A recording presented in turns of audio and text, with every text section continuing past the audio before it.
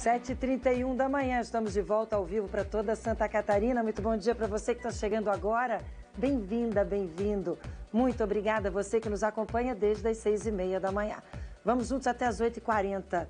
E agora eu vou conversar com a candidata Bia Vargas. Ela é candidata a vice-governadora na chapa do candidato Décio Lima. Ontem conversamos com Marilisa Bem, que é candidata a vice-governadora na chapa de Jorginho Melo, os dois candidatos que vão disputar o segundo turno aqui em Santa Catarina no domingo, dia 30. Bia Vargas, muito obrigada por ter aceitado o nosso convite. A partir de agora você tem 10 minutos para se apresentar para Santa Catarina e para falar das propostas que você tem, caso você vire vice-governadora de Santa Catarina. Bom dia, Márcia, bom dia a todos no estado. Obrigada pelo convite, né? É importante a gente estar aqui com as câmeras e os microfones abertos para conversar com a população. Eu sou Beatriz Vargas, tenho 35 anos, eu nasci em Criciúma, né, lá no sul do estado, moro em Içara, né, município vizinho, já tem 20 anos, e desde que a gente fez essa mudança, foi um choque de realidade para mim, com a vida com que, né, os amigos que eu fiz naquele município tinham, né? Então, essa questão de educação, de acesso, realmente era muito diferente ali naquela época. E aí eu percebi que alguma coisa não fazia sentido, não se encaixava. E a partir daquilo ali eu comecei a fazer trabalhos voluntários, me envolver em grupos de jovens, associação de moradores. E aí eu entendi que pela política a gente consegue ampliar, né, a forma de auxiliar essas pessoas e, enfim, mudar a sociedade como um todo, mudar as oportunidades, ofertar. Me filiei ao PSB e fui construindo a partir disso a minha trajetória política. Em 2020 eu fui candidata a vice-prefeita de Içara e desde então eu venho construindo a candidatura para 2022, né? O seu pai foi vereador em Criciúma? Exato, exato. Então essa vivência política já desde criança, então comícios, enfim. Essa veia política ela sempre existiu, esse diálogo dentro de casa, né? Referente à nossa realidade, referente ao mundo, né? O que a gente poderia fazer e sempre estar à disposição, né, do outro. Caso você seja eleita vice-governadora de Santa Catarina, você quer marcar o seu momento de que forma? Você pretende ser ativa, atuante, principalmente em que área? Olha, Márcia, eu acho que eu não posso fugir de quem eu sou, né? Eu sou uma mulher preta, sou mãe solo, microempreendedora, então eu acumulo, né, dentro da minha biografia vários perfis que não são representados, né, dentro do Estado, que não tem essa representação num espaço de poder, que não tem a devida atenção.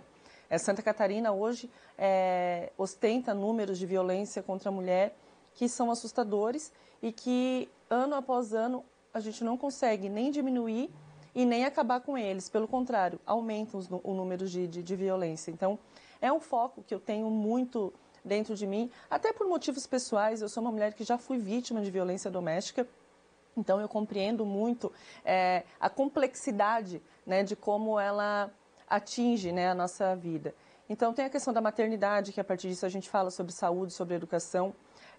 Nós temos propostas muito claras, né, referente à violência, que é o aumento de delegacias 24 horas, com o efetivo feminino, que é muito importante que a gente tenha esse efetivo feminino para acolher essa mulher no momento que ela vai fazer a denúncia.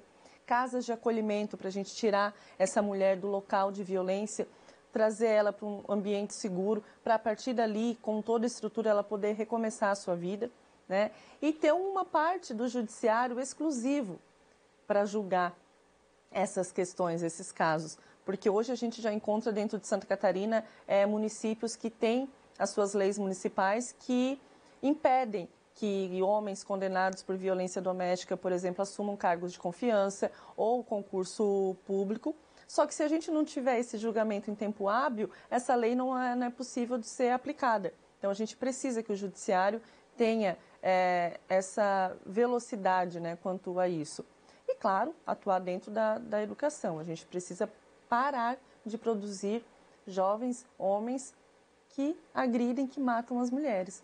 Então a gente tem que agir nessas frentes para que a gente elimine de vez que Santa Catarina só ostente bons números, né, de turismo, de economia, de produção de inovação e tecnologia. Você é mãe de menino, né? Hugo, Exato. 5 anos, confere? Hugo, exato. Sou mãe do Hugo, que o nascimento dele que me inspirou, que me deu a coragem necessária para começar a empreender. Né? A gente fala que empreender no Brasil, na verdade, ele não é um sonho, é uma necessidade. Em sua grande maioria são mães que precisam, de alguma forma, garantir seu sustento, né, da família. E, a partir da maternidade, começam as dificuldades, né, de creche, de saúde, enfim. Hoje nós temos dados de que 50% das mulheres acabam perdendo seu emprego na volta da licença maternidade.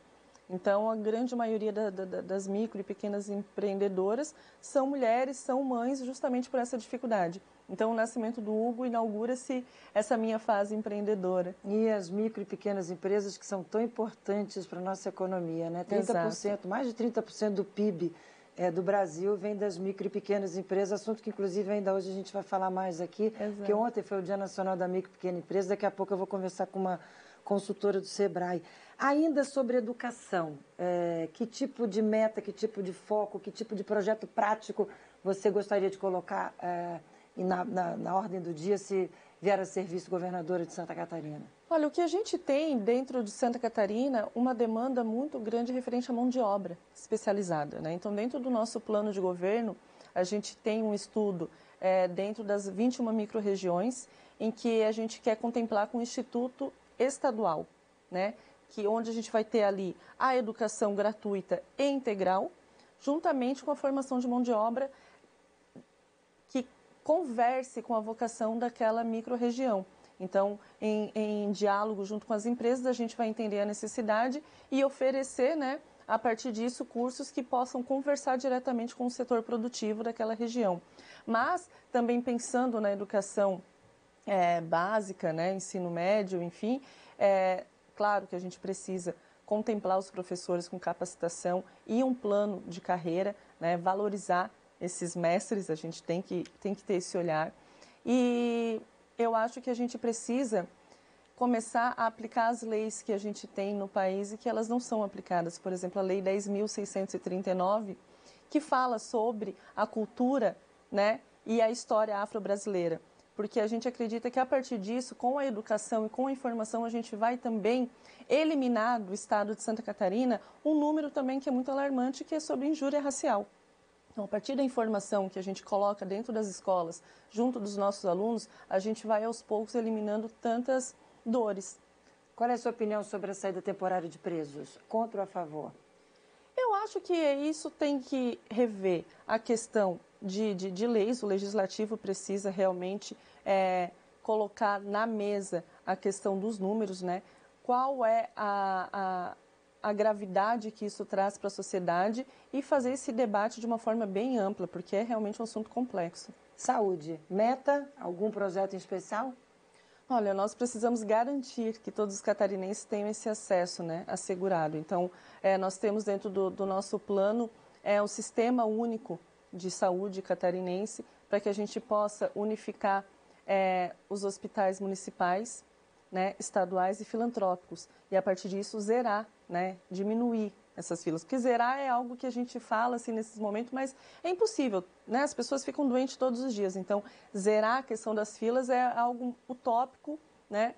E que falta muito com a realidade. Mas diminuir essas filas que a gente tem de cirurgias eletivas, de exames e de tratamentos tão importantes, a gente precisa realmente ter esse olhar e, a partir desse sistema único, a gente consegue unificar a demanda, né, as necessidades, e fazer com que a gente tenha um tempo de assistência muito mais rápido. Como é que é teu relacionamento com o candidato Décio Lima? Vocês já se conheciam antes?